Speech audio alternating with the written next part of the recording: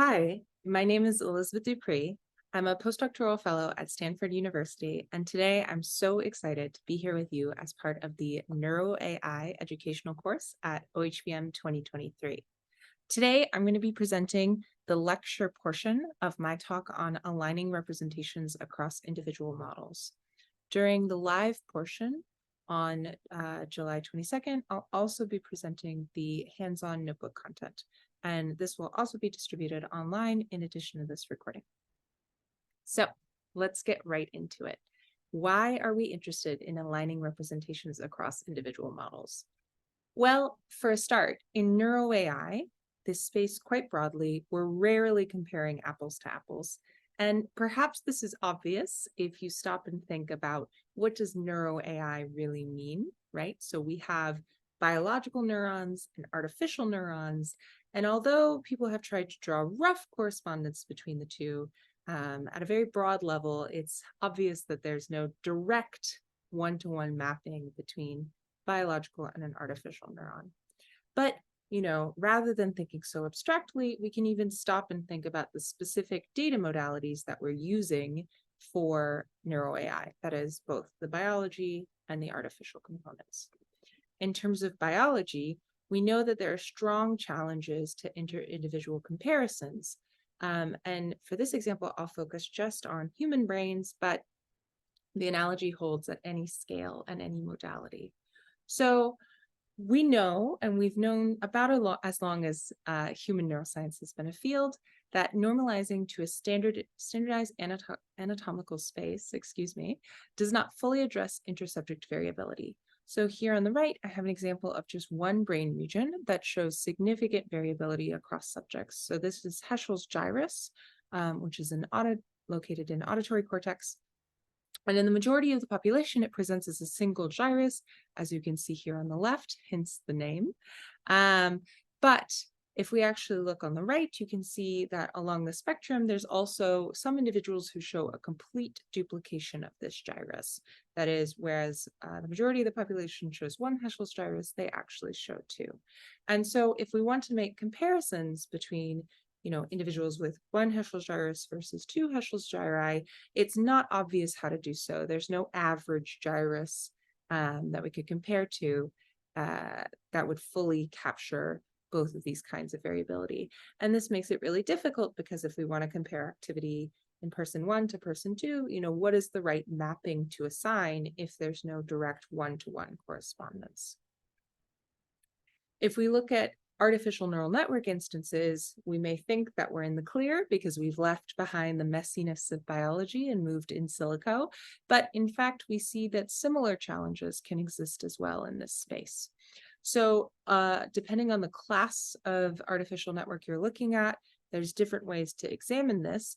But in broad terms, we see that both convolutional and recurrent networks show individual differences in learned representation between different models. And these differences persist with the same architecture for a given network, the same training set, that is the actual data that the networks learn representations on. Even given all of this constraint, which we don't have in biology, we still see differences in the learned representations within these networks. So this, for example, is a really nice figure from Merer and colleagues, where they train a variety of networks that have exactly the same architecture, have exactly the same training data. And what they see is that as they progress through these convolutional network layers, the similarity of the learned representations between these different networks, so different initializations of the same architecture, show increasing dissimilarity. So in the first network layer, they're more similar, but as we move into the last network layer, you see really strong evidence of dissimilarity in the learned representations for that layer across these initializations. So what can we do? I'm going to argue that we need to really think carefully about what we mean by similarity and dissimilarity, and that this is going to really drive a lot of the work that we see in NeuroAI, like Shahab's great lecture just before in this course on making comparisons between visual networks that are actually observed in animals or in human brains, and trained artificial representations of those networks. So to do that, I'm going to first talk about how we can measure dissimilarity between different networks, either within a given model system or across model system using metrics, and I'll define what I mean by that. And then I'm also going to talk about this idea of alignment, that is functional alignment, wherein we can leverage different concepts of similarity to make two different data sources more similar, to maximize similarity and improve the inferences that we can draw. So first, let's talk about metrics. So to quantify differences between systems, individuals, or conditions, it's nice to have some quantification. That is a number, a metric that can actually measure the dissimilarity. So rather than just saying these are, more similar than this other exemplar, we can actually say these are this amount similar.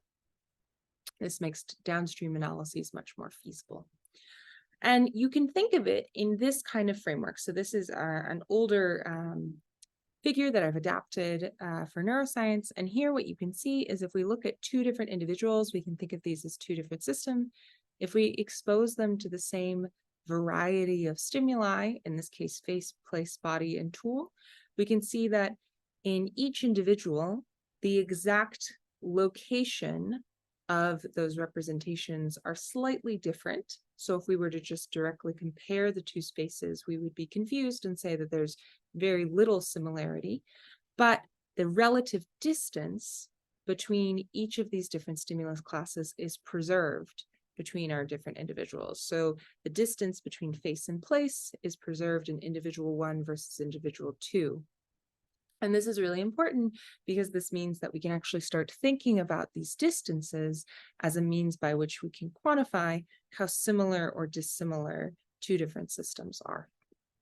So representational similarity analysis, or RSA, is a framework that has been in use for some time now in the literature and has been really successful at helping investigators to actually quantify these differences both within systems as well as across systems.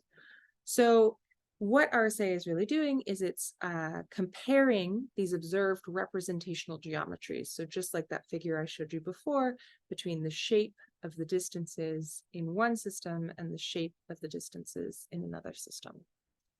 A really appealing benefit about RSA as well is that these two systems don't need to have the same dimension. So before in the brain example, you noticed they were the same dimension. Here, in this other example, you can see that we can have the system on the left, which is only one dimensional. So it's called vector coding. We're just coding these three different stimuli, A, B, and C, along a vector.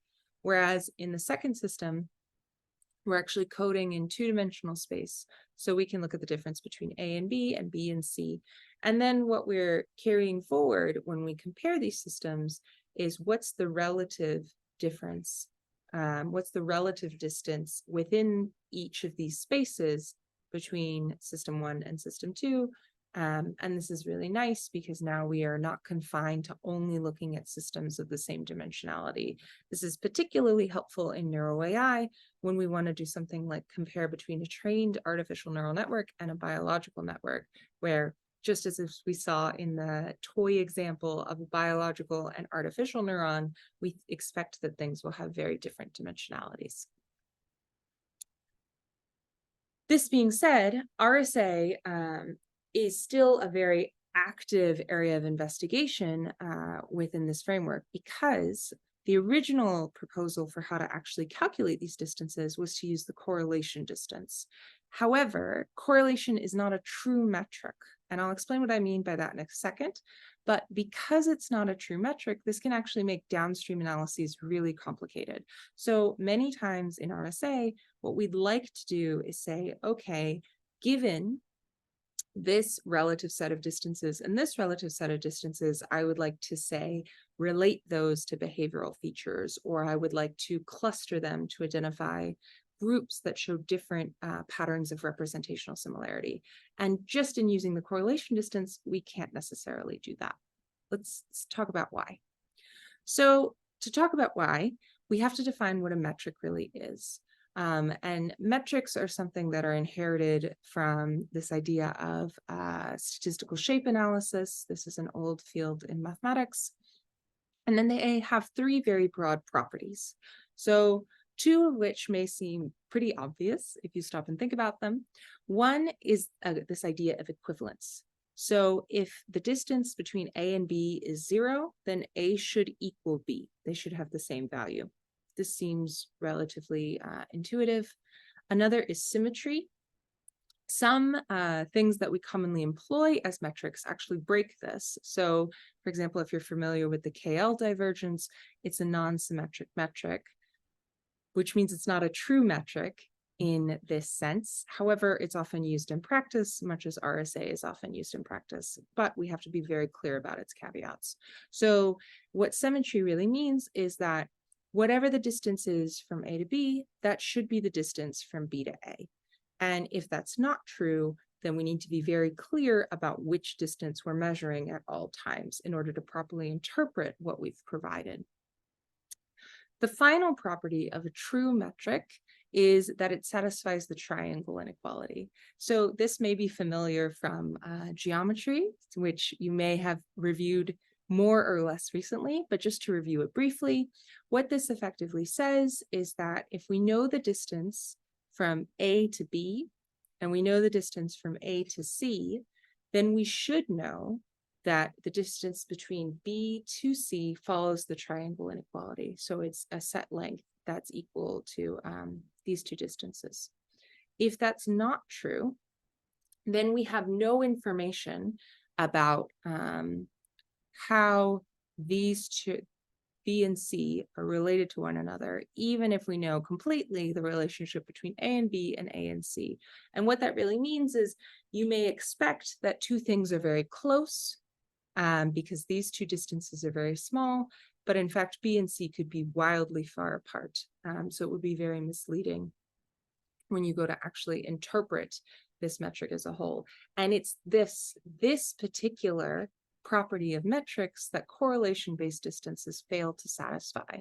And because they cannot satisfy the triangle inequality, this idea of using them in downstream analyses becomes quite complicated and is often better avoided if at all possible.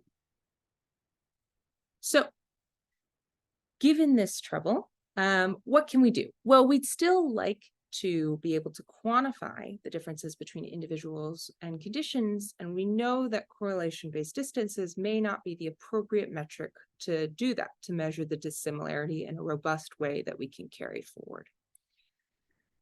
We know then that we can revisit how we define these distances, knowing that every definition that we consider is going to provide different insight into the underlying structure or dynamics of the system.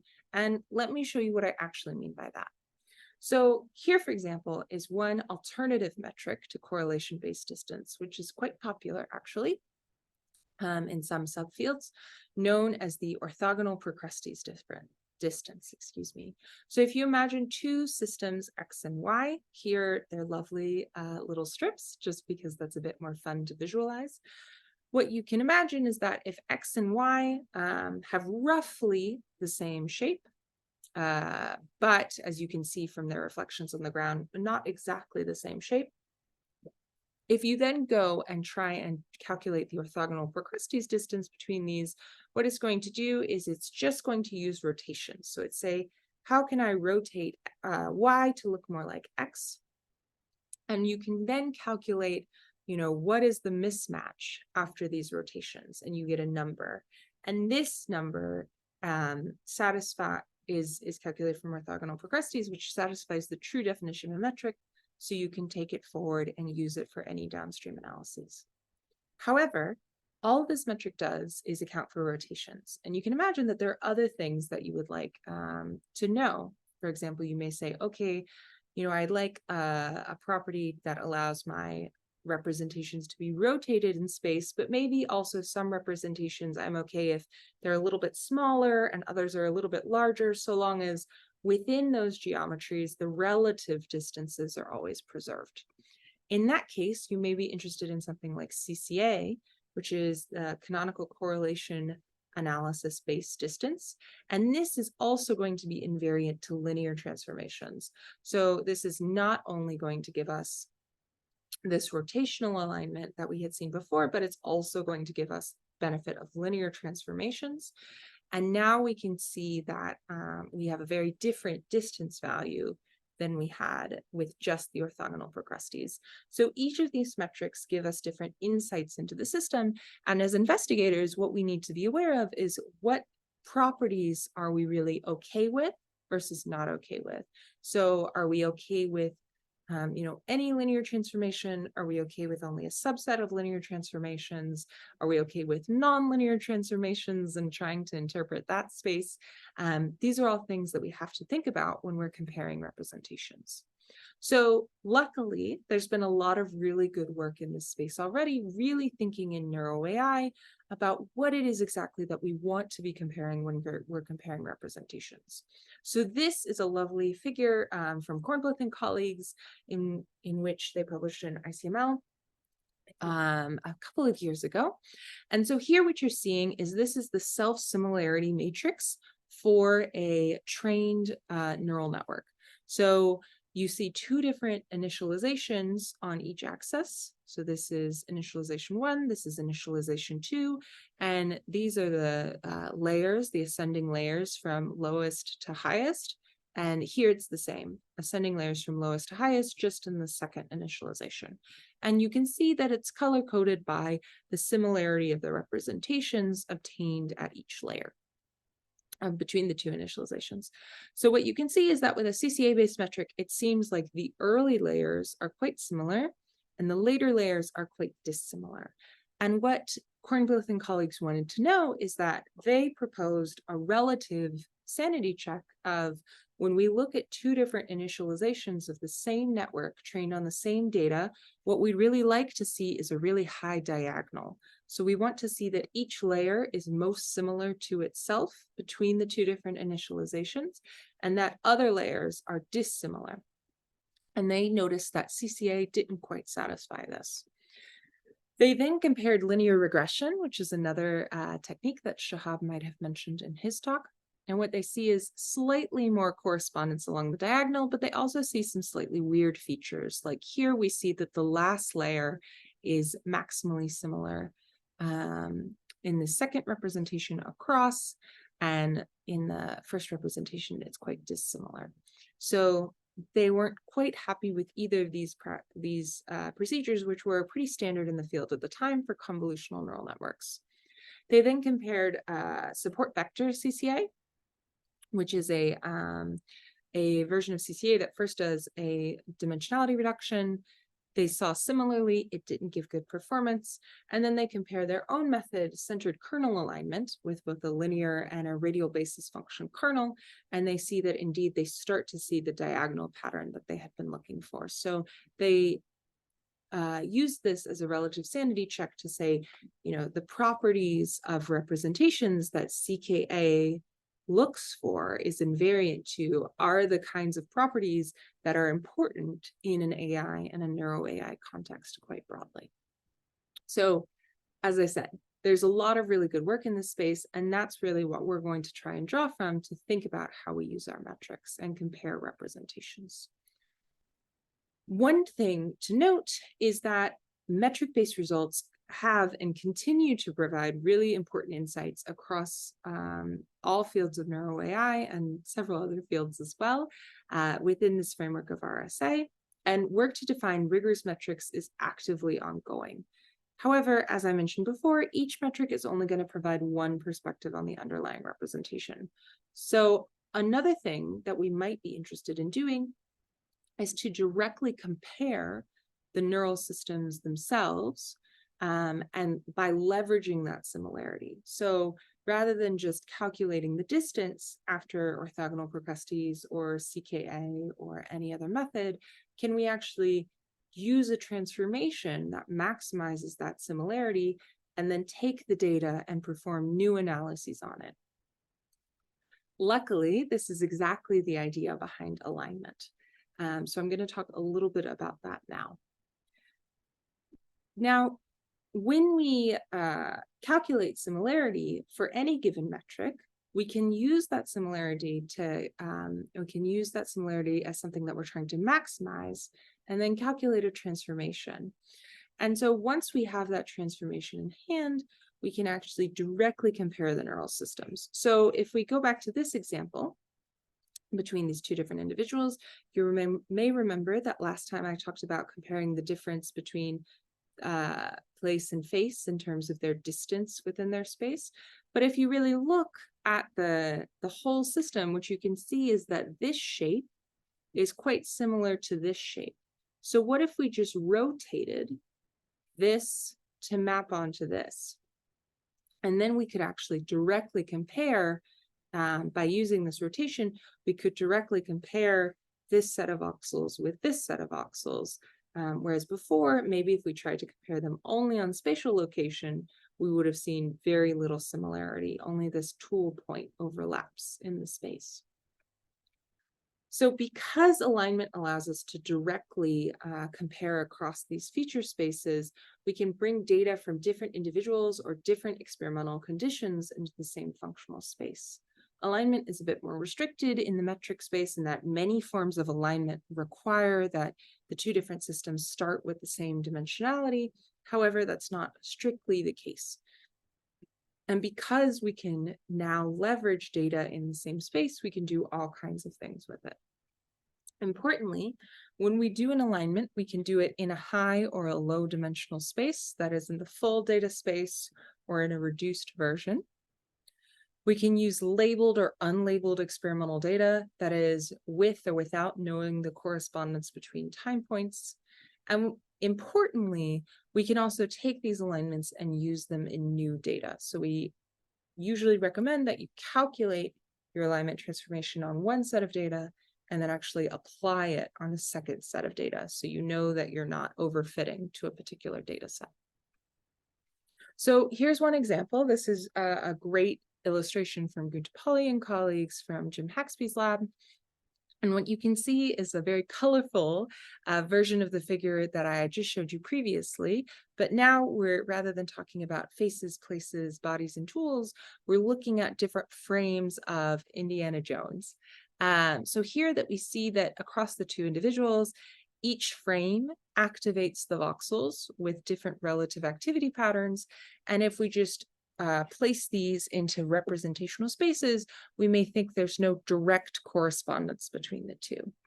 However, by using Procrustes, which is just, again, this idea of rotations, we can bring these into a common model representational space where we can directly compare them.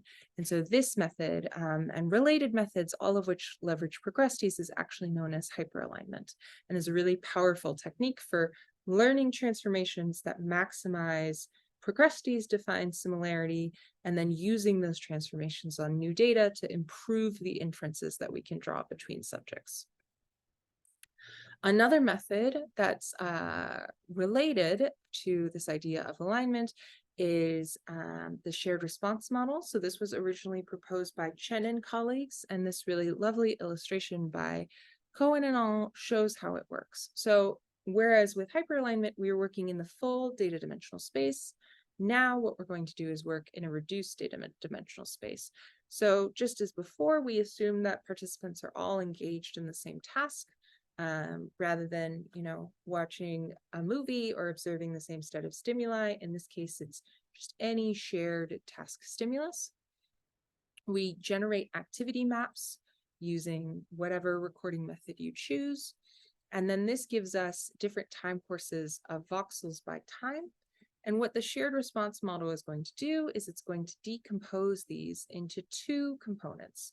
One is the shared response. So this is some low dimensional factor K, that's a hyperparameter chosen by the experimenter by time, and this is shared across all subjects.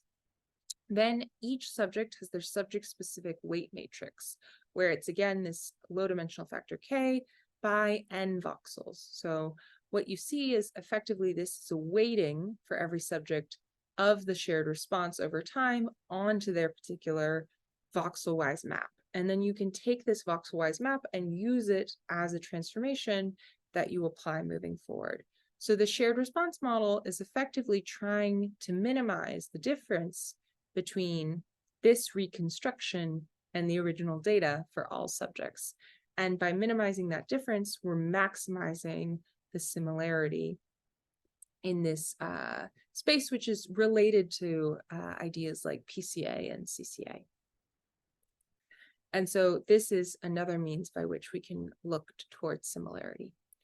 So in a few seconds, I've briefly shown you two alignment methods, and don't worry, when we actually do the demo, I'll demonstrate how to actually use these kinds of alignments as well as the metrics that we talked about earlier.